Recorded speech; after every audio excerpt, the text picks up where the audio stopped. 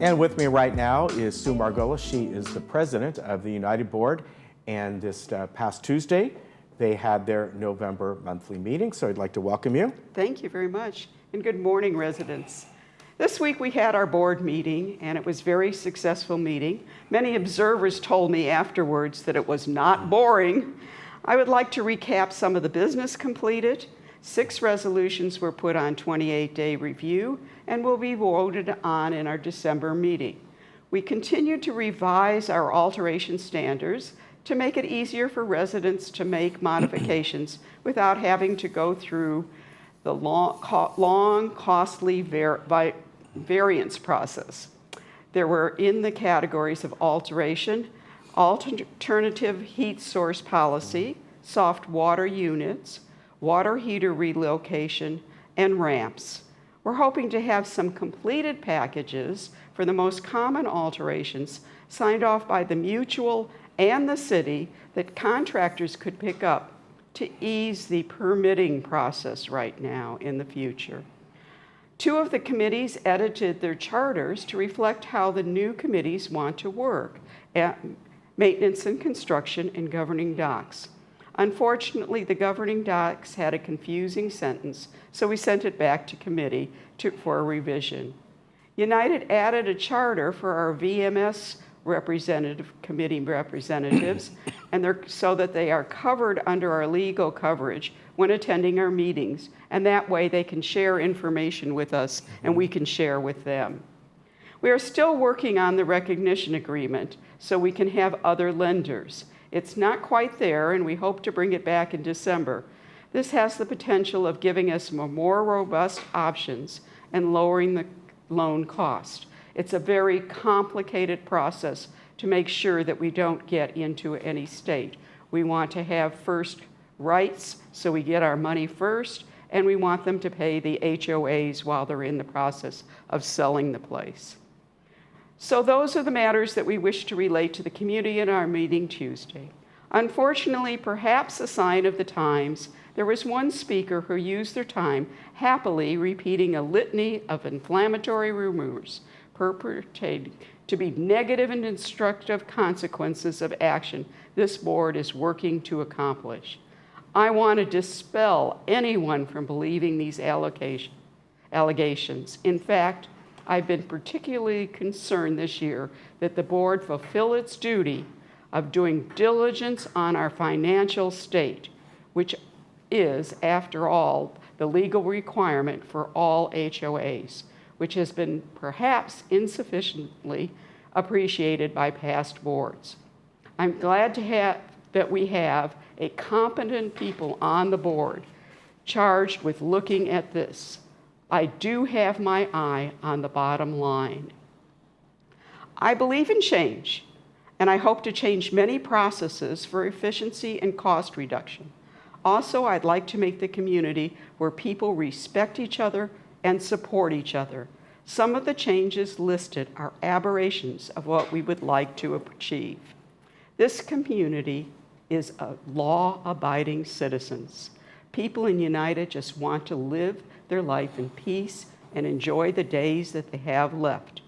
When people from the outside see United residents pay their assessments on time, and we rarely have to write off a bad debt, they know what kind of people live here. The United operating rules are 359 pages long with lots of legal terms. This does not reflect the community we want to present. Most people, when they're told that there is a compliance issue, they try to fix the problem as soon as possible. We have moved into a mode of threats and fines that I'm not sure this is where United wants to be. I have no desire to eliminate rules and regulations that are enforceable and make life better for everyone in the community. I would like to make our operating rules clear, compact, readable, and without legalese. I have started a list of what I think is low-hanging fruit, and I'm sharing this with staff and other mutuals. Some of the items on the list may lead residents to think I want to destroy the village. I live here. I plan to stay as long as it's feasible. I love this community. and what it offers. But I see ways to make it better, and I know that there are people adverse to change, but we need to make it better. One is to reduce the number of redundant calls to resident service. This has been a big frustration for many residents who've had to call for the same problem. We estimate the number of redundant calls are 20%. I believe this could be done by giving a response that a work order has been received, a work order is scheduled, and we do the job right the first time. Also, residents need to use the technology that's been put in place. Instead of calling for the gate entry, use Dwelling Live and use the portal for submitting work orders and checking on the status of work orders. This would remove a lot of phone calls. We need your assistance to accomplish this. I'm aware of the fact that what one resident thinks is necessary improvement, their neighbor thinks it's an unnecessary expense. The board has to walk the middle ground, but that doesn't mean we do nothing. Please remember, we are volunteers doing the best job we can.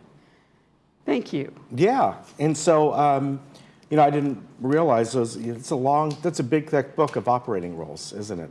Oh, it's outrageously Yeah. big, and it doesn't. And nobody can read it. Nobody knows when they violated one Right. because it's so much and so much legalese in there that you'd have to really be a lawyer to figure out if you violated a rule or not. So basically, one of the goals, it sounds like, is to simplify the reading of these, so Right. people can pick it up and maybe a concise sort of Reader's Digest version. Yeah, and some of the more important rules we'll Right. put in the front, Yeah.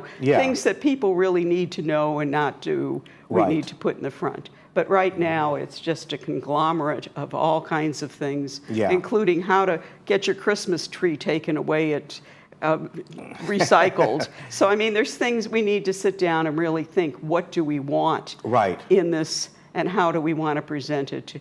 And we have very good people living here. They're all law-abiding. Yeah. It's not like we've got the public here. Right. Yeah. We don't have any teenagers that need to prove themselves and things like that. So people are really good Yeah. about things here. Right. And the part that you mentioned, using the technology that's available, Dwelling Right. Live and all, could speed a lot of the processes. It would reduce the number of calls in Yeah. the call center hugely. Yeah. Yeah. And that's what we need to do. Yeah, that would be a help. All right, very good. Thank you so much for giving me the time to speak. All right, I Sue. appreciate it. Good to see you again. You take Good. care. You We'll be take right care. back.